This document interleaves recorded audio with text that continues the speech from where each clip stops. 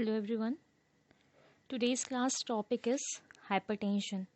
This hypertension is one of the cardiac disorders because it is mainly related to the heart. So how can you come to know what is hypertension or the person is having hypertension? So by measuring blood pressure of the patient, you will come to know about the normal blood pressure in the patient. So mainly the normal blood pressure in a human being is 120 by 80 mm of Hg. Hg is nothing but the mercury. Now we'll see what is actually the blood pressure is. So blood pressure is the amount of force on the walls of the arteries as the blood circulates around the body. So as everyone knows, our body are having full of arteries, veins and capillaries present in the body that helps the blood to circulate in each and every organ of the body. So whenever this blood flows, if there is excessive rush or you can say push to the blood that is extra than the normal or forceful than the normal, then that create a little you can say that creates a little disturbance in the capillaries from which it is going through. So that disturbance creates a pressure and that pressure is called blood pressure. Now we'll see the hypertension. What is actually hypertension related to blood pressure? So we'll see the definition. It is defined as a persistent elevation of the systolic blood pressure at a level of 140 mm of Hg or a higher and diastolic pressure at a level of 90 mm of Hg or higher. So whenever your systolic blood pressure is more than 140 and diastolic blood pressure is more than 90, that is related to your hypertension. Our normal is 120 systolic and 80 diastolic. If the blood pressure increases more than this, we count it as a hypertension. Then hypertension is also sometimes called the silent killer. It is called silent killer because the person, those who have this disease, are mainly symptom free because they cannot diagnose it as hypertension. So the hypertension gradually takes place in his body and can kill the person. Then we'll see the types. So here there are two types of hypertension, that is primary and secondary.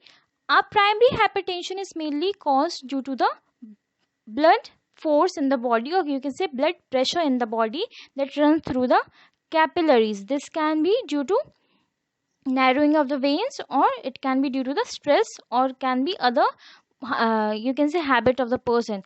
But in secondary, it can be due to any of the disease condition that can cause hypertension, like cardiac diseases. In cardiac disease, you can see endocarditis, pericarditis, myocardial infection, myocardial ischemia. So these certain disease condition can cause the narrowing of the arteries, and that causes the blood to not to flow properly into the veins, and that creates a pressure. So these are the secondary reasons. So there are two types, primary and secondary.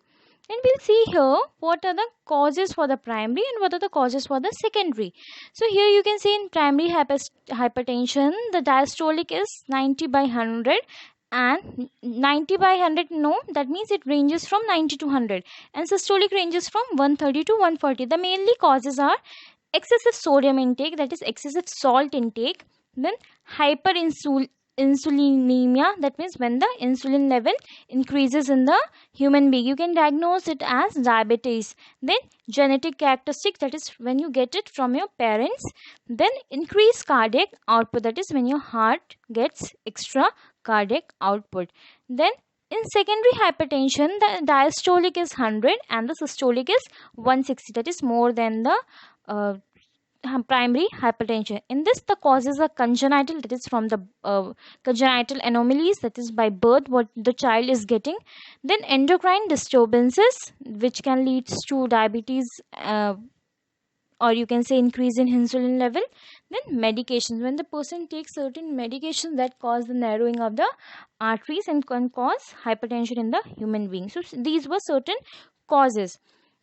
you can see here in the diagram what are the other here in the diagram they have shown the same thing what is said in the previous slide, that is essential hypertension causes excessive salt, abnormal arteries, increased blood pressure, genetic disorder, stressful life, then health conditions, certain medicines, recreational drugs, pregnancy, hormonal therapy.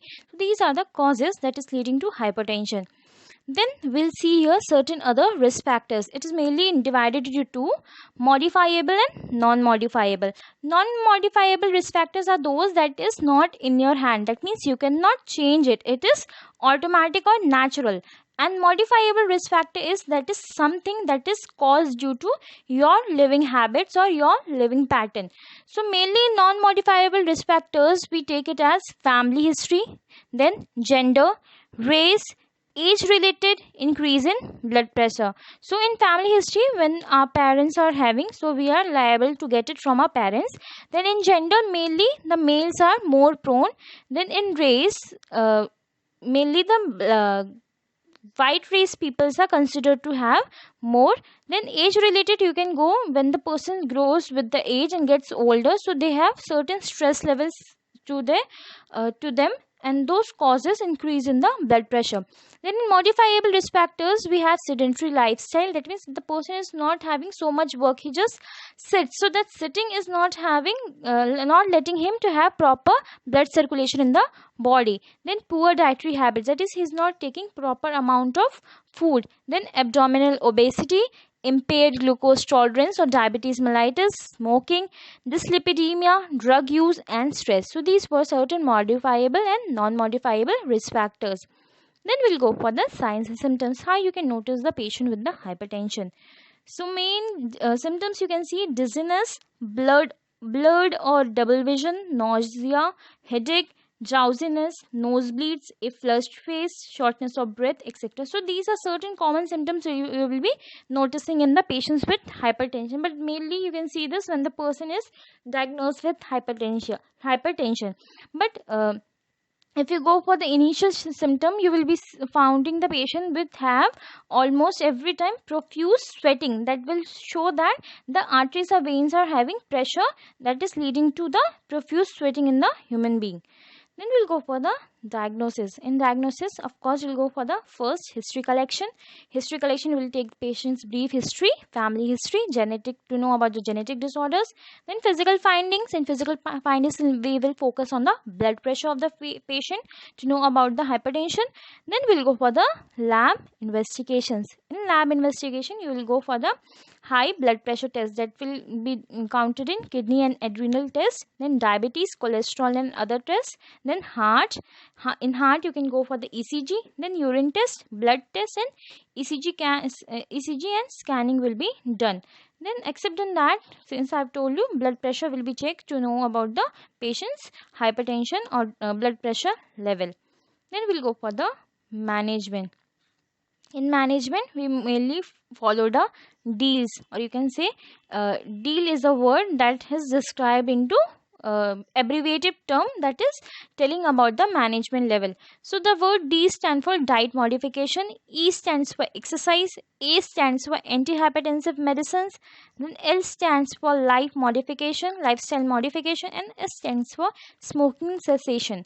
So diet modification means the person should not take oily or salt, more salt in their diet, because salt is also one of the reasons that causes hypertension in the human being. Then exercise will help to have the proper blood circulation in the body. Antihypertensive medicines will help in control of the blood pressure level. Lifestyle modification will help the person to avoid the high blood pressure symptoms in them. Then smoking cessation will be stopped to have the control of the blood pressure. We'll see here treatment of hypertension, that is non-pharmacological management. That lifestyle changes, I have told you, he have to reduce the salt intake, then he has to exercise, he has to maintain his weight, then he has to avoid smoking. Then DASH diet, that is dietary approaches to stop hypertension, that is low in saturated diet, cholesterol. So everything will be dealt with the patients, that is advised by the doctor. Then we'll go for the You can see here in the next slide: reduce sodium, fat, caffeine intake, lose weight, avoid alcohol, smoking, potassium supplements, antihypertensive stuff. So these are the that patient can do for himself to control the hypertension. Then we'll go for the drugs. In drugs, we'll go for the diuretics. Diuretics will help in controlling the fluid level in the body. In that, it is thiazide diuretics, that is chlorthalidone. Then you can see here chlorothiazide. Then loop diuretics, furosemide, butanide, and potassium sparing diuretics, spirolactone, triametrine. So these diuretic drugs helps the body not to store excessive fluid in the body, that will not create the pressure. Then we'll go for the adrenergic agents, in that beta blockers, that will help in the dilation of the blood vessels. In that we'll give propranolol, metoprolol, and nedolol.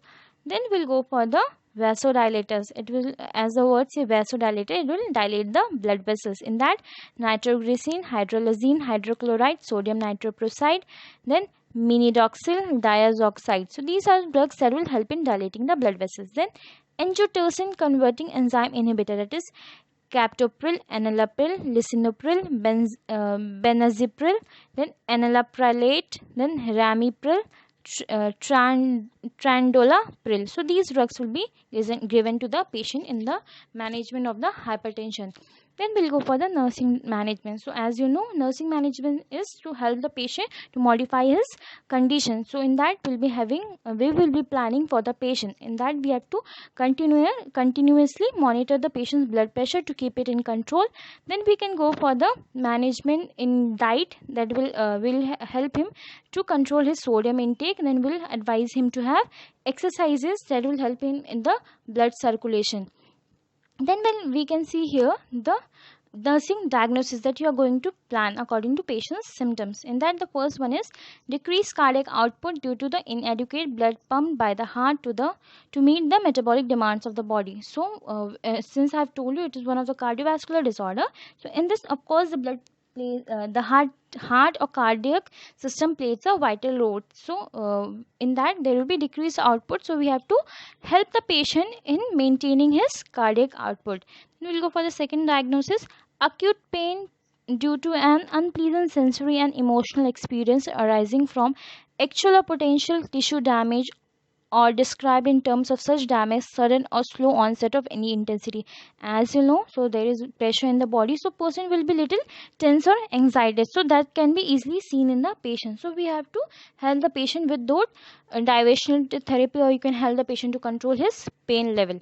Then we'll go for the activity intolerance due to insufficient physiological or psychological energy. So you have to help the patient to have better activity during his day routine. Then imbalanced nutrition more than the body requirement related to intake of nutrients that exceeds metabolic needs. So since you are inhibiting his sodium intake, so his diet should be planned that could meet his metabolic needs.